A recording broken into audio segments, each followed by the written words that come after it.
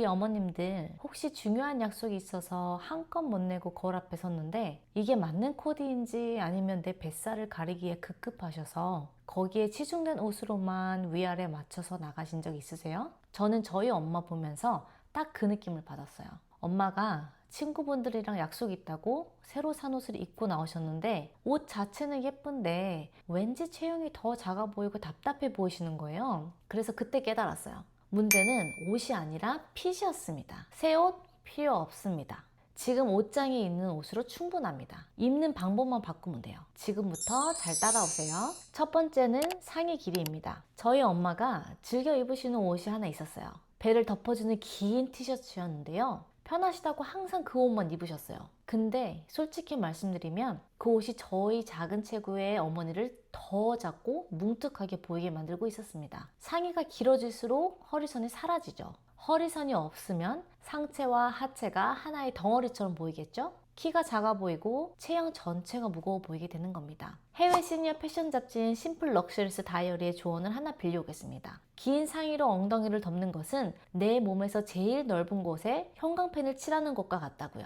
시선이 거기로 쏠려서 다리가 짧아 보이거든요. 대신 상의를 짧게 입어서 허리선을 위로 올려주면 몸에 깔끔한 분할선이 생겨서 굳이 굽 높은 구두를 신지 않아도 다리가 훨씬 길고 날씬해 보입니다. 그래서 기준은 하나입니다. 상의 밑단이 골반뼈를 살짝 덮는 선. 지금 옷장 한번 보세요. 여러분의 옷장에 있는 블라우스나 티셔츠 중에서 이 길이에 맞는 거 딱 하나만 꺼내보세요. 배를 완전히 가리지 않아도 돼요. 오히려 그 길이가 하체를 길어 보이게 만들어서 훨씬 날씬하고 우아해 보입니다.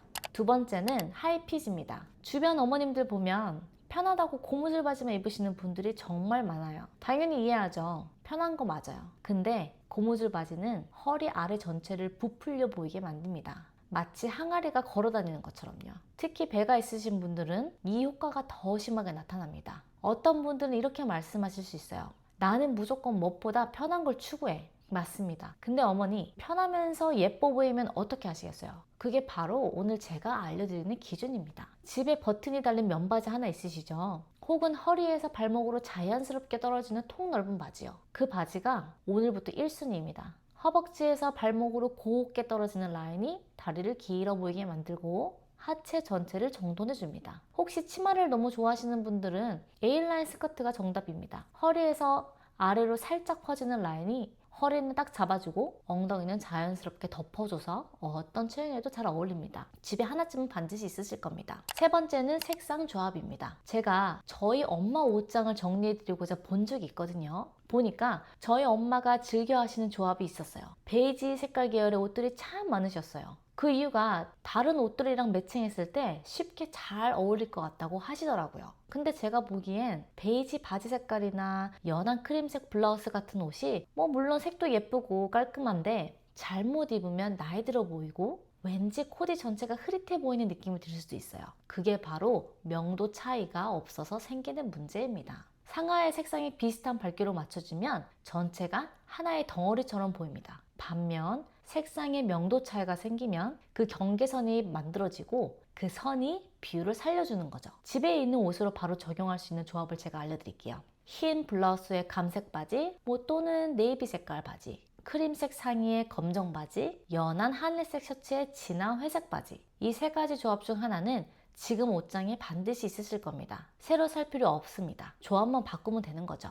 여기까지 세 가지 말씀드렸는데 지금 바로 옷장 열어보실 분들 댓글에 실천 딱 두 글자만 남겨주세요. 그 작은 행동 하나가 내일 아침 거울 앞에서의 여러분을 바꿉니다. 우리 이제 다음에 나올 내용들은 진짜 꼭 보셔야 해요.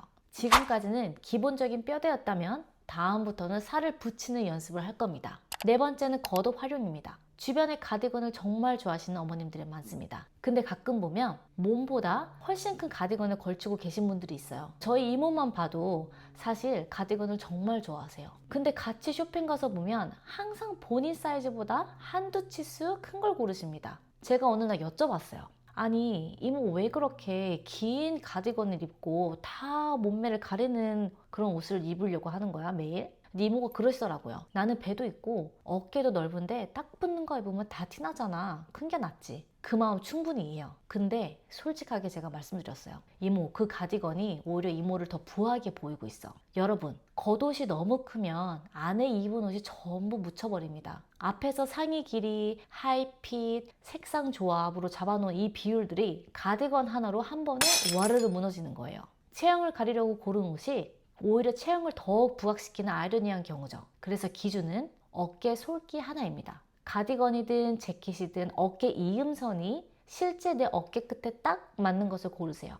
그 하나만 맞아도 전체 실루엣이 살아납니다. 이모한테 맞는 사이즈 입혀드렸더니 처음엔 어색하다고 하시더니 거울 보시고는 아무 말씀 안 하셨어요.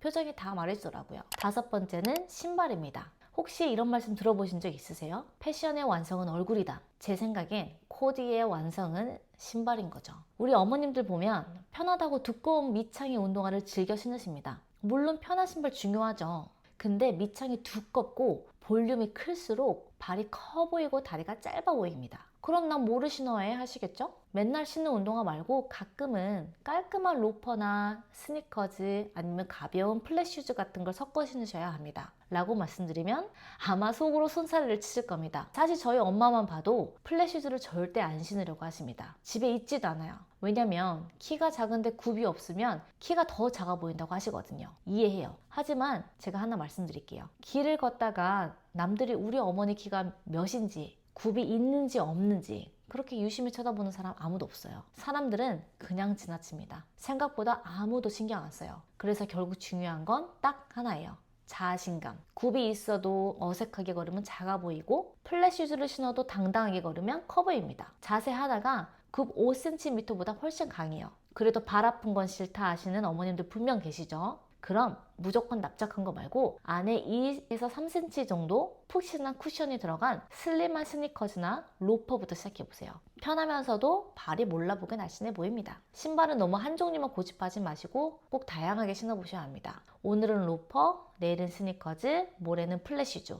신어봐야 내가 어떤 옷에 어떤 신발이 어울리는지 자신감이 생기죠. 그리고 그 연습이 쌓이면 아침에 신발 고르는 시간이 30초면 됩니다. 자, 오늘 말씀드린 5가지 상의 길이, 하이핏, 색상 조합, 겉옷 어깨선, 그리고 신발 볼륨. 이 모든 것들이 돈 드는 방법이 아니에요. 지금 옷장에 있는 옷으로 내일 아침부터 바로 바꿀 수 있는 기준입니다. 체형은 바꿀 수 없어도 비율은 바꿀 수 있어요. 그리고 비율이 바뀌면 사람이 달라 보입니다. 오늘 배우신 것 딱 하나만 내일 아침에 적용해 보세요. 그 하나가 전부를 바꾸기 시작합니다. 그리고 저와 약속 하나 해주세요. 오늘부터 지금까지 배웠던 내용으로 옷을 입어보시겠다면 댓글에 약속이라고 남겨주시고 꼭 구독도 부탁드릴게요. 제가 하나하나 확인하고 응원하겠습니다.